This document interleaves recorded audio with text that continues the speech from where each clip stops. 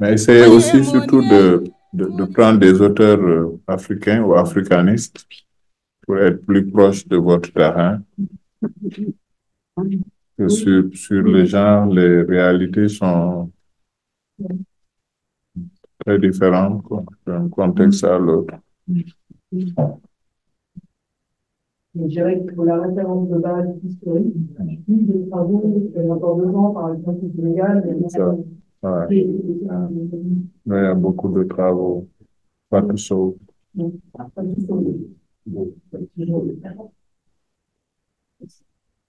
Voilà. Oui. Est-ce que ton travail peut également éviter le rêve mondial de le montrer, c'est de le développer et qui consiste à étudier le comportement d'un peuple, d'une zone précise par rapport à une autre zone. Qu'est-ce qui explique leur manière d'agir, leur façon de faire par rapport à notre peuple qui partage évidemment une même circonstance en général? Oui, par exemple, au Niger, entre Tillabéri et Tawa, c'est complètement différent. Entre Maradi et Niamey, tu as l'impression que tu n'es pas dans le même pays, quoi. Donc, les différences culturelles sont assez manifestes. Et il faut voir dans quel environnement les changements sont susceptibles de s'opérer dans la renégociation des normes sociales. Donc, cette comparaison peut être très intéressante à mener sur le Niger. Il paraît qu'il y a une région au Niger, là, on ne souhaite pas que les étrangers s'y rendent. C'est pas Tillabéri?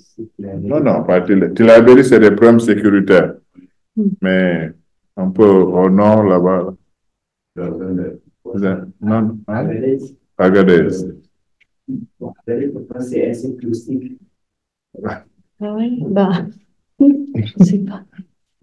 Il paraît que c'est très risqué de s'y rendre.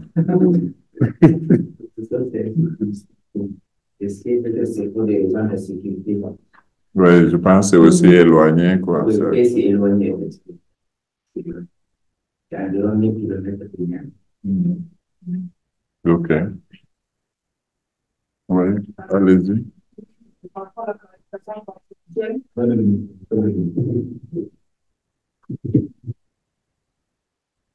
Pour répondre à Prof. Emmanuel par rapport à la qualification conceptuelle, je pourrais interroger Simone de Beauvoir dans l'ouvrage Le deuxième sexe.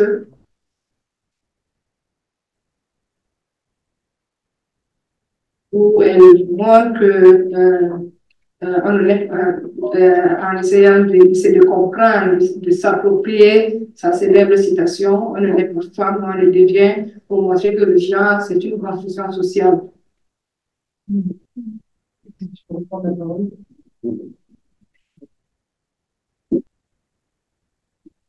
Oui, oui, tout à fait, Aïssatou, mais vraiment, tu dois passer par la définition du genre que toutes les sciences sociales utilisent et qui est celle de John Scott. Et ça a été traduit en français en 1988, le genre comme catégorie d'analyse des rapports de pouvoir et le genre comme rapport de pouvoir. Et, bon, c'est la définition que tout le monde dégaine quand on parle de genre. Et après, c'est vrai que les travaux de Fabio, par exemple, sont tout à fait importants, même s'ils portent sur le Sénégal, mais c'est par là que tu vas rentrer là-dedans. Et c'est toute une galaxie maintenant. Et c'est vrai que c'est important quand on utilise un concept comme ça, qui en plus est lié à une personne qui l'a formulé, de revenir à cette personne-là et de rendre hommage. Ça fait partie du travail scientifique, de dire ça revient en tel ou tel. Il faut espérer qu'on pourra dire la même chose de fois plus tard. Peut-être que tu pourrais lui envoyer une petite note sur la référence. Bon, je pense qu'on va peut-être boucler là. Vous ne serez pas trop frustrés qu'on n'est pas sur la droite là, que les deux groupes ne passent pas. Mais le but de l'exercice était un essai. Maintenant, hein? Ils ont bien travaillé. Ouais. Maintenant, c'était juste un exercice pour la circonstance. Ça vous aide à aller plus loin pour votre sujet de thèse. Maintenant, l'idée de construire le cadre théorique d'analyse sera appliqué à vos propres, chacun pour sa propre thèse. Et donc, sous le couvert de vos différents directeurs de thèse, on peut toujours interagir. Hein? Je dis sous réserve, hein? C'est votre directeur de thèse qui a l'autorité scientifique, hein, sur vos thèses, mais on peut interagir pour, si vous avez besoin d'avoir des commentaires, hein, n'est-ce pas, ou des références, voilà. Je pense qu'après, ça fonctionne comme un groupe ouvert, non? Oui, bah, c'est-à-dire on va aller manger. Non, je veux dire, après Oui, complètement. Ouais, à la suite du séminaire, oui. Ils peuvent continuer à interagir avec, n'est-ce pas? Donc, n'hésitez pas à continuer à interagir avec les collègues. Oui. En tout cas, je vous signale que sur le Niger, vous avez le professeur Babacar sur ces questions qui peuvent vous apporter énormément. D'abord, connaître les travaux qui ont été faits sur le Niger. Il y a beaucoup de travaux. Le Niger étant un cas assez particulier comparé aux autres pays où le dividende démographique présente des caractéristiques particulières. Et si je comprends bien, il y a deux groupes qui ont présenté, et il y a deux autres qui n'ont pas présenté. Ouais, mais faute de temps. Est-ce qu'on peut leur donner 5 minutes chacun des groupes pour résumer leur argument principal? On a encore. Ouais. Oui, je sens. On a encore 10 minutes. Oui. Donc, 5 minutes chacun des groupes. Hein? Et après, on fait une 5 minutes, et puis on a une 5 minutes de discussion générale, et puis on conclut. OK. On va commencer par le Madagascar. On va voyager vers l'île. Prenez le micro, s'il vous plaît. Donc, notre groupe a travaillé sur le sujet de ma recherche qui s'intitule Citoyens et vie politique dans le district de Fianarantsoa entre 1992 à 2010. Il s'agit d'un travail qui porte sur la participation politique des citoyens afin de décider sur le pouvoir du pays. Donc, comme question de recherche, on a posé comment évoluent les pratiques politiques des habitants du district de Fianarantsoa durant la Troisième République.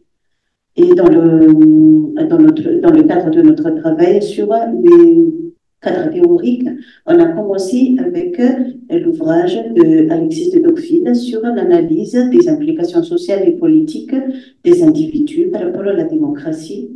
Ensuite, on a aussi publié quelques ouvrages sur la politique en général, comme Aristote, Jean-Jacques Rousseau ou encore John Locke. Et enfin, sur la partie, on s'est éclairé beaucoup plus sur les politiques africaines, c'est la politique en Afrique.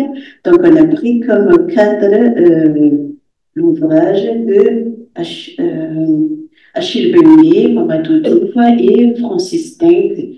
Ainsi, notre hypothèse de recherche a été constituée avec les 3 éléments suivants. Les mobiles, des participations à des activités politiques pour les habitants de Fianarantsoa. Et la deuxième hypothèse, c'est les facteurs déterminants des choix politiques des électeurs. Et la troisième hypothèse, c'est les effets des choix politiques par rapport à la décision au pouvoir. C'est tout, je vous remercie. Okay. Quelles sont chaque fois les théories que vous avez mobilisées? Par exemple, pour la dernière hypothèse. Dans la dernière hypothèse, c'est quelle théorie vous comptez mobiliser?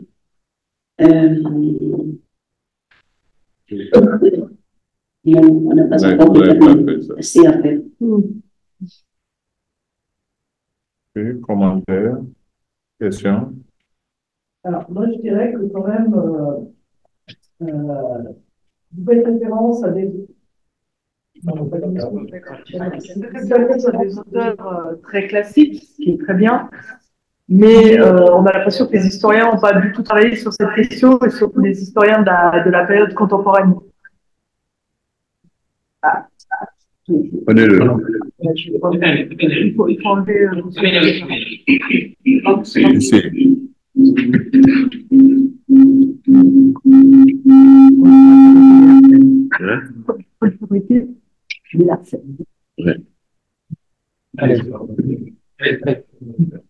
Je peux parler. À vous écouter, on a l'impression que les historiens ont un peu déserté le sujet, la participation politique, alors que ça n'est pas le cas. Bon, alors, moi, je ne travaille pas là-dessus sur la participation politique à la fin du XXe siècle. Il faudrait aller voir de ce côté-là. Mais il me semble, moi, je vous donnerai au moins une référence qui est le numéro anniversaire de la revue Politique africaine, qui est sorti en 2021, parce que la revue Politique africaine, son programme de départ, c'était la politique par le bas. Et donc, et là, vous allez trouver énormément de choses, alors pas dans le numéro anniversaire lui-même, il y a pas mal de choses, il y a des retours sur l'histoire de la revue, mais dans cette revue-là, qui a été une des premières à être en ligne et à se mettre en open access, il y a beaucoup de choses sur comment des citoyens en Afrique, donc il y a beaucoup de points de comparaison.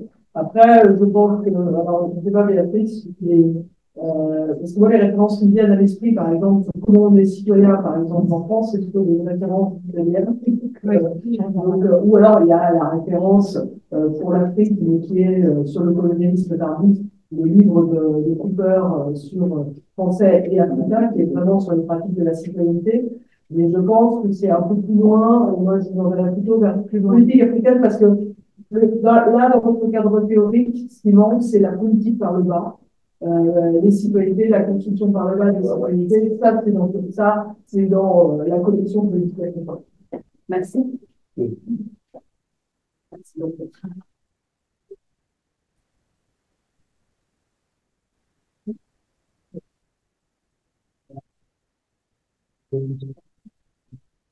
Ok. Professeur? Oui. Dans le micro. Oui.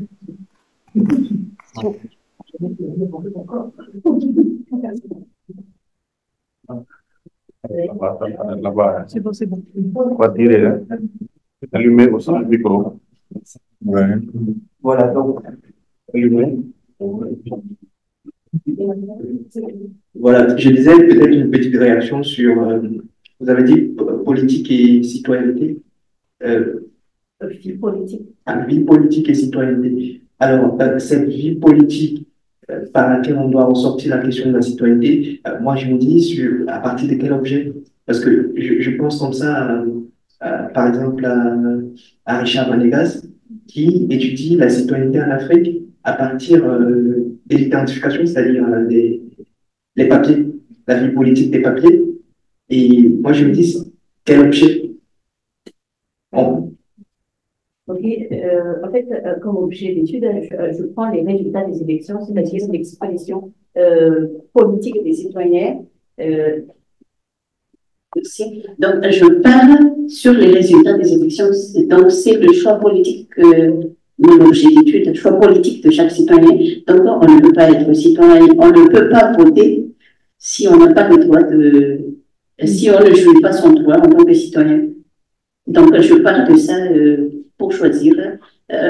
Pour le cadre, l'objet d'étude, c'est la participation même, la participation politique même à partir de droit de vote. C'est ça. Okay. Oui, c'est une meilleure politique africaine. Oui. Il y a plusieurs dossiers sur voter en Afrique. Vous trouverez beaucoup de références là. Pour la France, comme disait Emmanuel, c'est éloigné. Il y a tous les travaux du CELIPO, donc l'Observatoire de la vie politique. Là, vous avez beaucoup de... Mais bon, on est quand même éloigné parce que c'est surtout face à la montée de l'extrême droite. Et qu'il y a enfin, c'est pas surtout, mais disons que les questionnements les plus récents sont là-dessus. Mais ça peut vous ouvrir, ils ont beaucoup de choses en ligne, hein, le CEVIPO. Oui, sur le Sénégal, il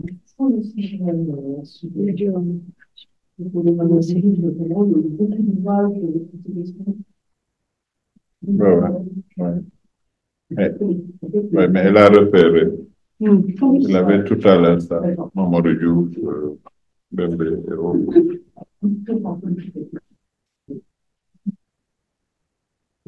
Dans le Codesria, c'est toute l'équipe du Codesria.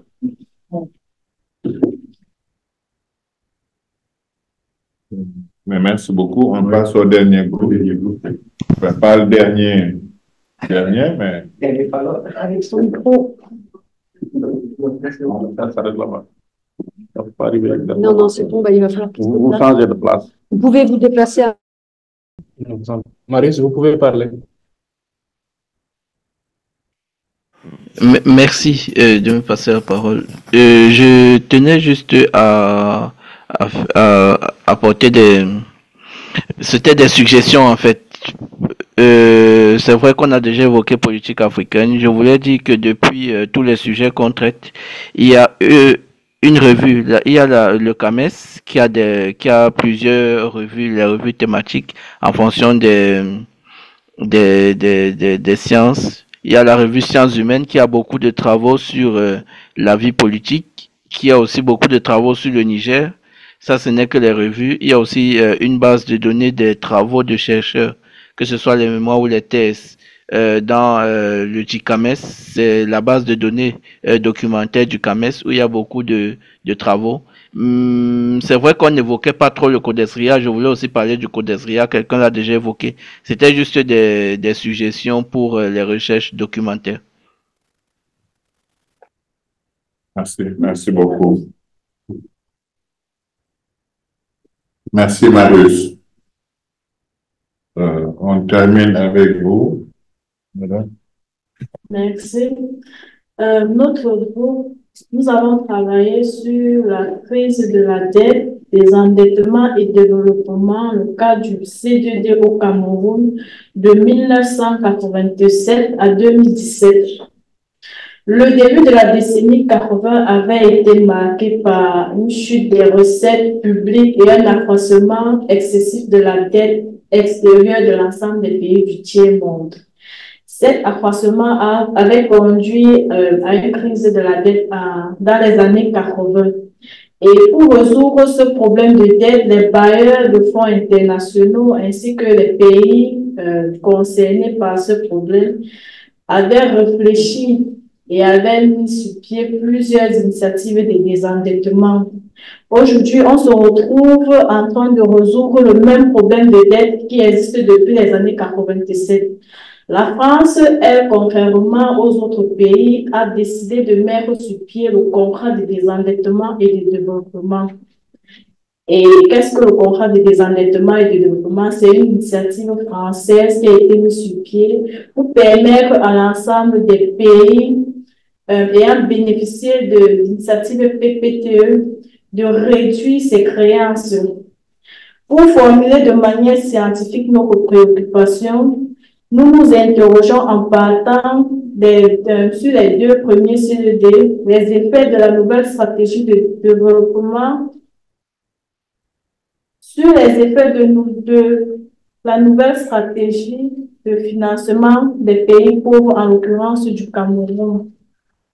Pour cela, nous nous situons dans la même lancée des études de développement qui mettent en exergue le temps long et en permanence les relations nord-sud à propos de l'aide publique au développement avec les travaux de Sami Ami sur le développement inégal et l'hypothèse provocatrice de l'aide qui n'aide pas finalement. Nous nous accrochons sur l'approche avec les maturités des sociétés africaines grâce à l'aide extérieure considérée comme grande selon Bayard dans la politique du ventre. Merci. Oui. Vous voulez réagir à ça? Allez-y. Alors, Le micro n'a pas arrivé là-bas. Le micro n'a pas arrivé là-bas. Vous avez une voix qui porte. oui. D'accord. C'est bon. Alors, en fait, je suis passée auprès de vous pour vous signaler un ouvrage qui est sorti il y a peu de temps, il y a 2 ans, aux presses universitaires d'Oxford qui est en anglais, sur les dettes souveraines, sur l'histoire des dettes souveraines, et qui est un ouvrage qui fait une histoire très vaste des dettes souveraines, en montrant en fait quel est le lien entre endettement et puis souveraineté, éventuellement vol de la souveraineté en situation coloniale. Alors, cet ouvrage, je pense pas qu'il vous est peut-être pas directement utile. Bon, il se trouve qu'il est disponible sur le site de l'éditeur, on peut le télécharger. Il a une grosse introduction parce que c'est un ouvrage qui est constitué de cas très différents, donc il y a peut-être rien en fait sur le Cameroun que vous pouvez utiliser directement. Par contre, il y a une introduction qui réfléchit à la question et qui la place sur le temps long, parce que l'objectif, c'est de faire le lien entre les mécanismes d'endettement de la fin du 19e et les mécanismes d'endettement qui existent aujourd'hui. Et il faut aller voir cette introduction. Parce que cette introduction, il faut la lire, elle va vous apporter des choses.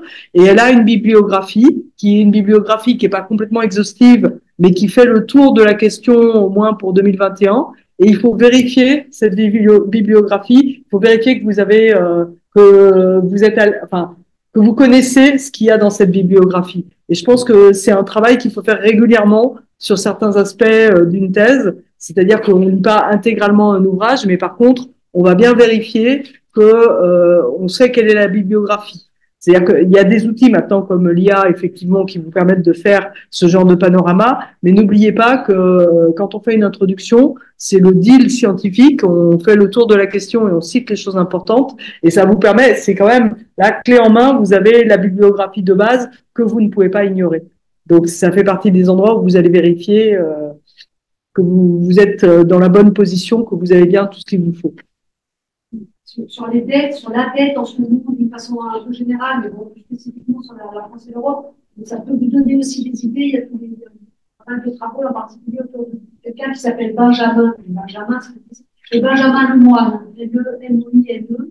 C'est toute une équipe de gens, alors ils sont plus économistes, mais ils ne sont pas quantitativistes, mais plus sciences politiques, sociologie, on a une nouvelle approche de la dette. Donc, si vous tapez dans Kern, Benjamin Lemoine, vous allez trouver des articles, et ce ne sont pas des articles inaccessibles du tout, mais ça va vous donner à réfléchir, disons, par rapport à cette question de la dette.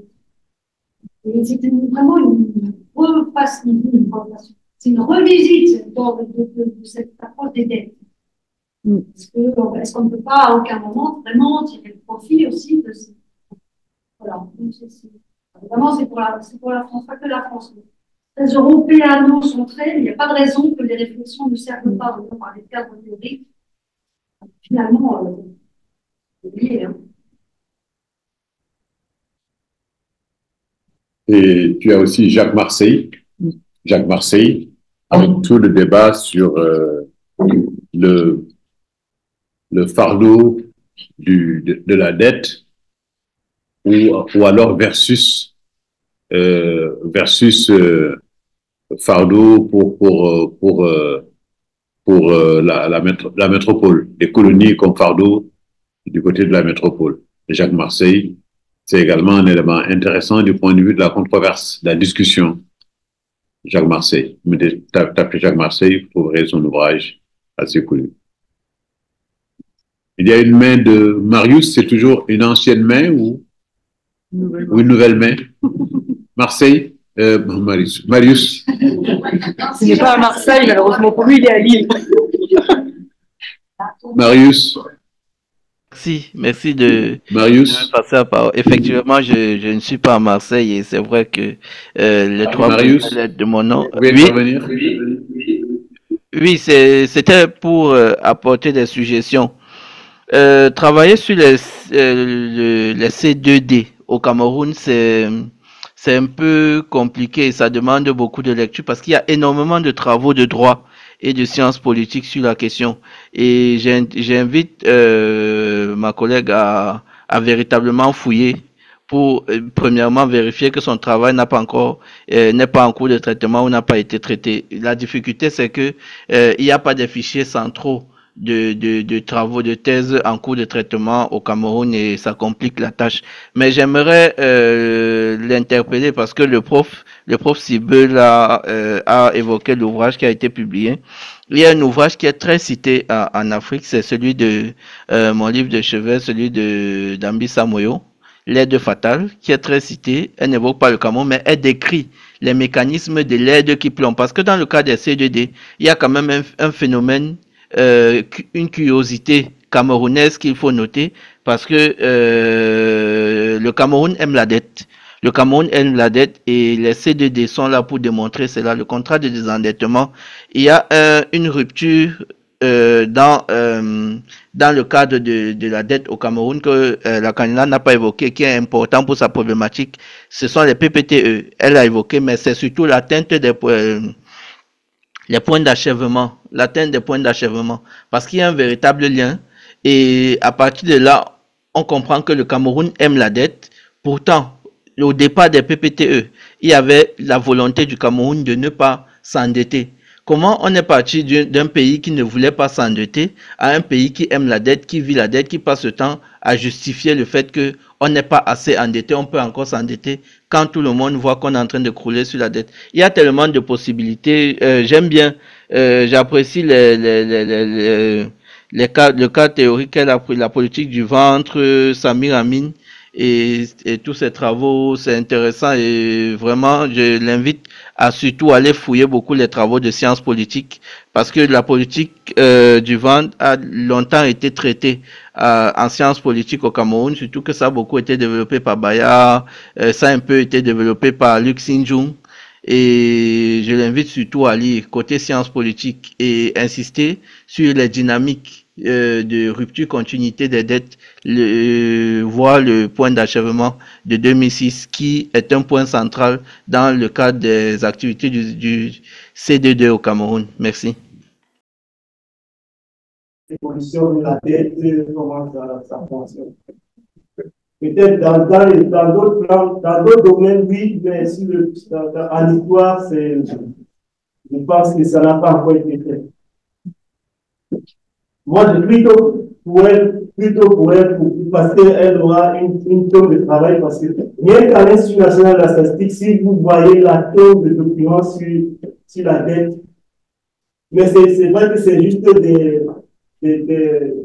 des annonces. Le président de la République accorde à tel ministre de prendre la dette à telle banque et tout ça. C'est au moins 200 pages comme ça.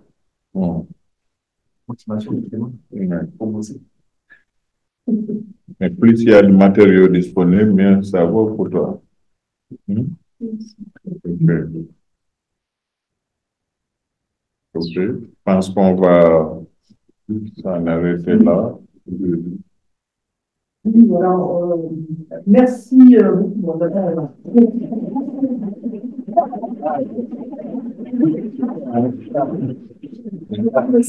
Ouais, vraiment. Alors, merci beaucoup pour cette séance qui a été très riche, qui a beaucoup apporté et qui a permis d'aller sur les travaux des uns et des autres et de voir comment faire. Et donc, on passe, donc là, on est en pause déjeuner, on recommence à 15h. Est-ce qu'il y a des questions?